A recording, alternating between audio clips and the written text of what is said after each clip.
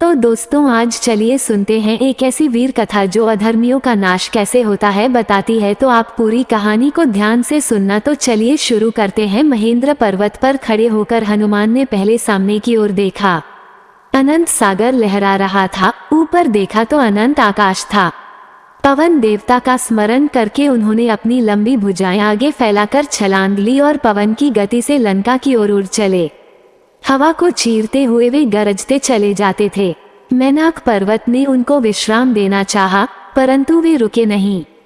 कुछ ही दूर गए होंगे कि नागों की माता सुरसा उनके बुद्धि बल की परीक्षा लेने मुंह फाड़कर उनकी ओर दौड़ी। हनुमान ने बहुत विनय की, पर वह न मानी और अपना मुंह बढ़ाने लगी। हनुमान भी अपना शरीर बढ़ाते गए। जब उसका मुंह बहुत चौड़ा हो गया, तब हनुमान अपना शरीर छोटा करके उसके मुंह में घुसकर तुरंत निकल आए और बोले, माता, अब तो मैं तुम्हारे मुंह में घुसकर बाहर आ गया हूँ। अब जाने की अनुमति दें। सुरसा की परीक्षा में हनुमान खरे उतरे। उसने हनुमान को आशीर्वाद देकर कहा कि तुम राम का काम अवश्य कर लाओगे। कुछ और आगे चलने पर उन्हें सिंहिका नाम की राक्षसी का सामना करना पड़ा। उसने जल में हनुमान की परछाई पकड़ ली।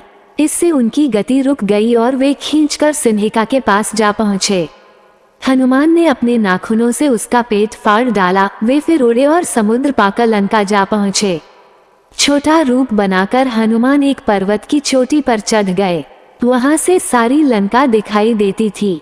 उन्होंने देखा कि लंका के चारों ओर बड़ा मजबूत परकोटा है। परकोटे के चारों ओर खाई है और तरह तरह के हथियार लिए सैनिक पहरा दे रहे हैं। उन्होंने ये भी देखा कि दुर्ग पर सैकड़ों शताग्नियां रखी हैं। सोने की लंका जगमगा रही है। नगर की शोभा और सुरक्षा देखकर हनुमान चकित हो गए। उन्होंने रात के अंधेरे में लंका में प्रवेश करना ठीक समझा। विडाल का सा छोटा रूप बनाकर हनुमान लुकते छिपते लंका में घुस गए। उन्होंने देखा कि लंका में एक से एक उत्तम भवन है। चांदनी रात में वे एक अटरी से दूसरी अटारी पर आसानी से कूदने लगे। सीता उनको कहीं दिखाई नहीं दी। तब वे रावण के महल में घुस गए। उन्होंने देखा कि रावण एक सजे हुए पलंग पर सो रहा है। आसपास अनेक सुंदरियां सो रही हैं। इधर उधर मदिरा की प्यालियां पड़ी हैं। हनुमान ने बड़ी सावधानी से रावण का अंतपुर छान डाला, परंतु सीता उनको कहीं न मिली। मंदोदरी को देखकर उनको सीता का भ्रम भी हुआ, परंतु उन्होंने शीघ्र ही समझ लिया कि रावण के महल में सीता इस प्रकार निश्चित होकर नहीं सो सकती। उन्होंने एक एक गली, एक एक घर देख लिया, पर सीता कहीं न मिली। रावण के पुष्पक विमान को देखकर उन्हें बड़ा आश्चर्य हुआ। वह बड़ा अद्भुत था। उसके पंखों में मणियां जड़ी हुई थीं। अंतःपुर से लगी हुई रावण की अशोक वाटिका थी। एक परकोटे के ऊपर से हनुमान ने उसे देख लिया और पहरेदारों की आंख बचाकर उसमें घुस गए। अशोक वाटिका में तरह तरह के सुंदर वृक्ष थे और बीच में एक ऊंचा भवन था। अशोक के पेड़ पर चढ़कर हनुमान उसे देखने लगे। उन्हें तरह तरह की मुंह वाली अनेक राक्षसियां दिखाई दी। फिर उन्होंने देखा कि उनके बीच में एक उदास स्त्री बैठी आंसू बहा रही है। उनको लगा कि हो न हो यही सीता जी हैं। उन्होंने मन ही मन उन्हें प्रणाम किया और वे सोचने लगे किस प्रकार माता से बात हो। तरह तरह की बातें सोचते वे पत्तों में छिपे बैठे रहे। अब रात का अंतिम पहर आ गया। नगरी में वेद पाठ होने लगे।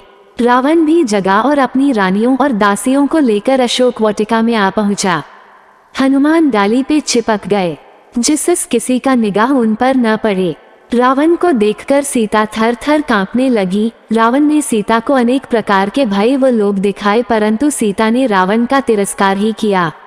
सीता ने कहा, यदि तुम मुझे स्वामी के पाप प्रहत्याकर क्षमा नहीं मांगोगे तो वे तुम्हारा सर्वनाश कर डालेंगे।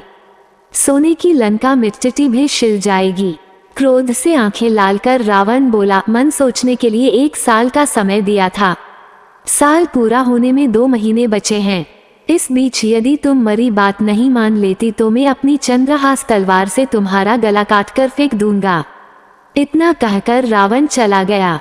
रावण के चले जाने पर त्रिजटा नाम की एक बुरी राक्षसी ने दूसरी राक्षसियों से कहा, पिछली रात मैंने एक सपना देखा है। सारी लंका समुद्र में डूब गई। विभीषण को छोड़कर सब दक्षिण दिशा को चले गए हैं।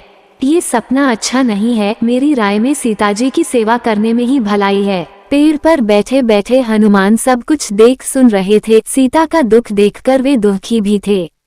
उनको ये भी चिंता थी कि यदि सीता के सामने आकर संस्कृत में बोल उठे तो सीता उन्हें कहीं मायावी रावण ही न समझ ले। यन विचार कर उन्होंने पेड़ पर से ही राम वृतांत सुनाना शुरू किया।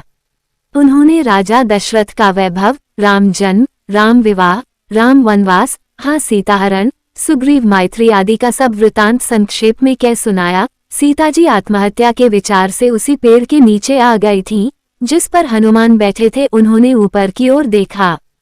हनुमान को देखकर पहले तो वे घबराईं, पर उनकी बातों से और उनके व्यवहार से भरोसा हो चला कि वे राम के ही दूत हैं और पता लेने के लिए यहाँ आए हैं। अब हनुमान ने देखा कि सीता के मन में बार बार संदेह उठ रहे हैं, तो उन्होंने पर्वत पर फेंके हुए आभूषणों की चर्चा की और अंत में राम की दी हुई मुद्रिका दी। अब सीता को पूरा भरोसा हो गया। हनुमान ने सीता का दुख सुना और राम का विरह सुनाया। फिर उनको ढाढ़स बंधाते हुए कहा, समाचार पाते ही श्री राम सेना लेकर आएंगे और रावण का वध करके आपको ले जाएंगे। सीताजी ने अपना चूड़ामणि उतारकर हनुमान को दिया और कहा, जब तुम इसे स्वामी को दिखाओगे तो वे समझ जाएंगे कि तुम मुझसे मिल चुके हो। वीरवर लक्ष्मण से मेरा शुभाशीर्वाद कहना। अब लौट जाओ, तुम्हारी यात्रा मंगलमय हो। तो दोस्तों, दूसरे पार्ट में आपको मैं बताऊंगा कि कैसे हनुमान जी लंका से वापस आए। तो दोस्तों, वीडियो को लाइक तो आपने कर ही दिया होगा, अब जल्दी से सब्सक्राइब भी कर लीजिए। धन्यवाद।